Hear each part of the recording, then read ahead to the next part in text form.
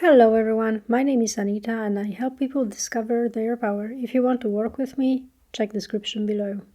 Today I wanted to talk about people-pleasing pattern.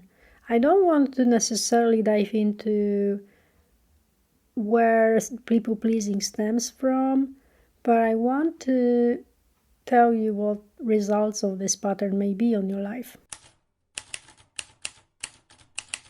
Looking at my own experience, I noticed that it can result with resentment.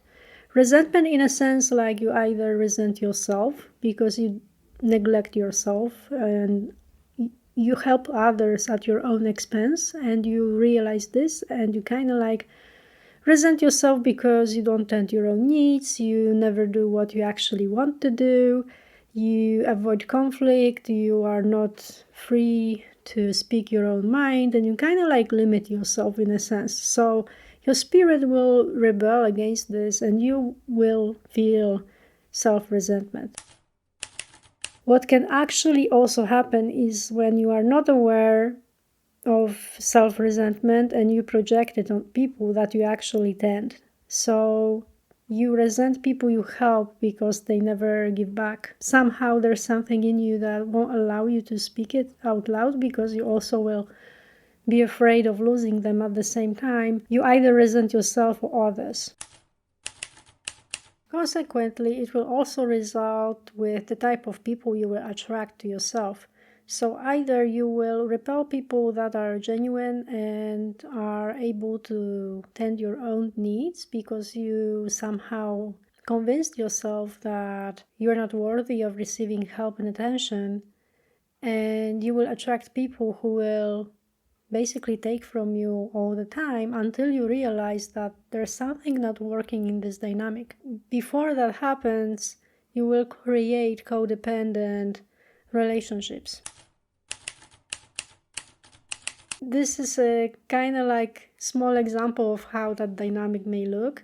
I don't necessarily mean that I was attracting only codependent relationships at that point. I was also changing, so I was attracting both modalities, people who were honest and nice to me and willing to help me, but also people who were willing to take from me and do not give anything in return. When I went for a week long in Vienna, I remember this one situation where my seats got reserved for the whole week.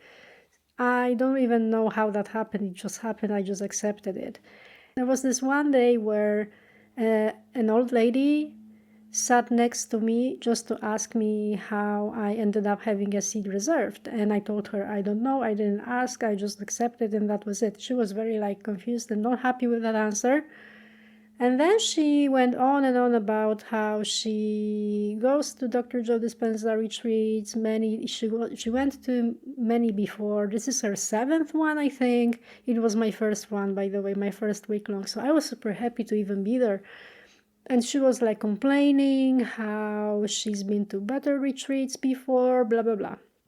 Fast forward, we did first meditation and I was sitting next to her and I had an energy activation and I was basically jumping and shaking a lot on my chair. It was super intense. I think it was the most intensive energy activation I had up until this point. And I asked her if she was able, afterwards, I asked her if she was able even to focus because of me shaking so much. And she was like, no. I could see that she was really mad at me for ruining her own experience in a sense. And I felt bad for her. So I spoke with a staff member asking if I can move somewhere. Yes, that happened. If I can move somewhere because I'm disturbing her. And he immediately said, what? No, I mean, you have as much right to have your own seat as she has. And if she doesn't like it, she can move, but you should sit where you are. You are worthy to have your own seat and not being able to move around. I mean, and he even told me that before, when the retreats weren't really so popular and they had smaller venues, they would even meditate touching their own thighs to each other because they had to sit so close to each other. And he also said that there's a reason why she's sitting next to you. It's something that she needs to learn. And if she doesn't pick up this lesson and want to move, then, well, we're gonna arrange her moving. Basically, I decided not to move at that point. I thought maybe he's right. I mean, it's my first retreat. I've never been to one before. I'm having some mystical experiences that are kind of spontaneous, and I cannot really do much about it. And at the same time, it's her 7th retreat and she's not even happy to be there. So now that I review this, I can see how much of a people pleaser I was. I was ready to sacrifice my own comfort for her comfort, ignoring my own needs, basically. The story ended up with her moving. Ultimately, she found a seat for herself somewhere else, and then someone else came that wasn't bothered by me being all over the place. And actually, I was much calmer on the next meditation when she went. So I don't know, but that's one of the examples of me sacrificing myself for other people, even though it wasn't really necessary for me to do it. But I was so much afraid to go into conflict with others. Now, from my experience, what actually worked pretty well is making sure you do something for yourself every day, and it builds a habit. It's something that you do, that you actually want to do, and you do it unapologetically, and you do not clarify yourself to others. You do something because you love doing it and because it makes you happy. And it's very healthy to find something like that in your life to brighten up your day. Because if you go around all the time, people please and tend to others and forget about yourself, your days will not be very satisfactory. So yeah, I know it's nice to help others, and it makes us human in a sense, where when we tend our relationships and take care of others, but we should always remember to take care of ourselves first. If you don't take care of yourself first, you will not charge your own batteries, and ultimately you won't be able to help anyone.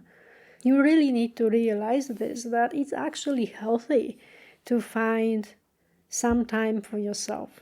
And I am sure you will able to find at least half an hour during the day, even if it will mean you will stay late longer or wake up earlier. What I would do, I would set a routine for myself, set a specific time during the day when I do my thing. It can be anything. It can be taking a bath, it can be meditation, it can be walk, it can be reading a book. It's important it's something that you actually enjoy doing. Another thing that I think is very important when you want to tackle this people-pleasing pattern is to become your own best friend. And I mean it by a sense that you are very careful of your own narrative, how you treat yourself, because ultimately you are the only person that will stay with you forever. So it's very important to have self-compassion and not to be so hard on yourself. So even if you make mistakes, even if you find yourself in the people-pleasing pattern again, understand that this is a process and you won't be able to shake off this pattern altogether after a week of trying to do so. It takes time, especially if you did that for many, many years. So be understanding and be compassionate and never speak badly about yourself, even as a joke, because your brain doesn't see a difference. So that's all what I wanted to talk about. Thank you very much for watching. If you like my content, please subscribe, comment, or like. Thank you and take care. Bye-bye.